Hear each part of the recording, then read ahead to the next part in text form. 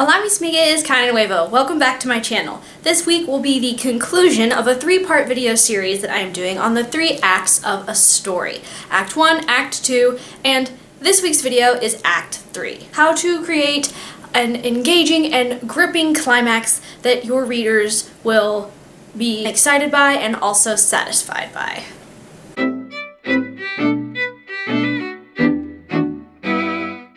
So, as with all the rest of the videos in the series, which if you haven't seen the rest of the videos in the series, make sure you go watch those. I will put those up in the cards and also down in the description. So Act 3 is basically everything from your pre-climax kind of crash and burn and realization of your main character to the end of the story, including an epilogue if there is one. This starts off with your character going off the realization that they made at the end of Act 2. And it's arguable that the realization that your main character has about their false belief and about their internal conflict could technically be labeled as part of Act 3. I included it in Act 2, but it could be either. Your character has made a realization that their false belief is false, and they have renewed confidence to go and face not only the external conflict of whatever it is they need to overcome in Act 3, but also their internal conflict and the fact that they are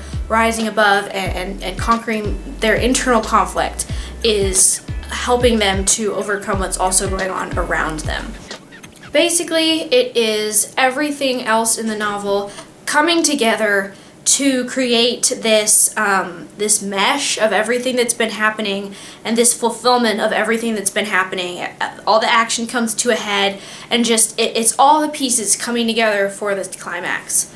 So continuing from the other 2 videos, I will be using Finding Dory as my example for the Act 3 of the story. Once again, massive spoiler alerts, don't say I didn't warn you. So Dory has just found her parents, alright? She realizes with the help of her parent that she is not less loved by them and she is not less valuable because of her short-term memory loss, and that she is special and capable in her own way. And that gives her confidence to head into Act 3 as she suddenly remembers, where are Marlin and Nemo? And of course, a whole bunch of action ensues with Dory trying to get Marlin and Nemo off this truck that they are now on, being shipped to a different aquarium, and Hank is on that truck as well. And, you know, they don't know where Dory is, and she's trying to catch up with them, kind of trying to work kind of around her short-term memory loss, even though she still has her short-term memory loss. Her problem is her problem is not something that's going to be fixed. This particular problem is not something that's just fixed during the course of the story. That would make Dory not Dory. That's part of what makes her so lovable.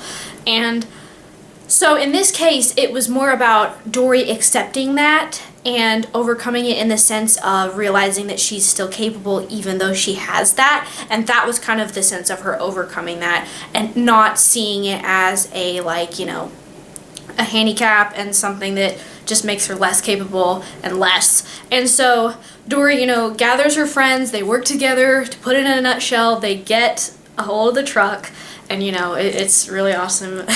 Hank is like driving the truck so that they can go back to the ocean, and also kind of as Dory's convincing him to do that, he has kind of the completion of his character arc, which I talked about in the last video, the video on Act 2, about how your side characters will have their arcs complete at different places than your main character most likely. In Act 2 we talked about Marlin's arc because his arc actually completed during Act 2, and Hank's arc completes kind of at this point in Act 3.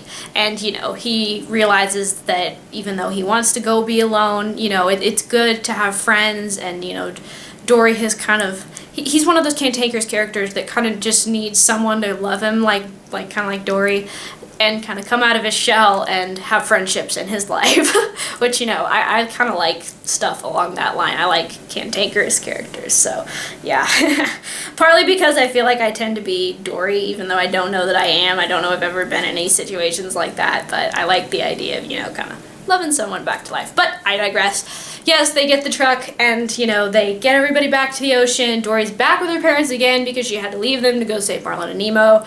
And so it's just this big mesh of all these characters having their arcs, and I didn't even mention the other side characters in the story. And, you know, the goal of having everyone back together on the outside is completed, but also the goal of Dory her resolving her internal conflict and coming to be at peace with who she is and lead and, you know, do amazing things despite that.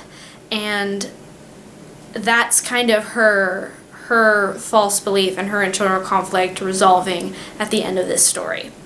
So it's kind of hard to put Act 3 in a nutshell, just like it's kind of hard to put all the acts in a nutshell, but especially Act 3 because there's so much going on, and depending on your story, there will be a variety of moving parts going on in Act 3. But basically, some things that you want to avoid are, you want to make sure you are tying ends together without stopping the action too much. Basically, practice getting good pacing in Act 3. In order to get good pacing, it is a delicate balance, and it's not something that I personally think I'm excellent at, so I'm not going to give you a whole bunch of particular advice, but pacing is how fast your story is moving. You know, generally through the less exciting aspects of your story, you are kind of using your language and using your sentence structure to go more slowly and maybe be more observant throughout the story, whereas once you get to Act 3, you're more likely to be moving very fast. It's going to be easy to leave details out. That's okay. That's what editing is for. I would prefer to, in my writing, move a story quickly through Act 3 to keep the momentum going, and then go back and add descriptions and exposition that is necessary for understanding later, than to get bogged down in, well, what if they don't understand this? Well, what if I'm not being descriptive enough? And then just end up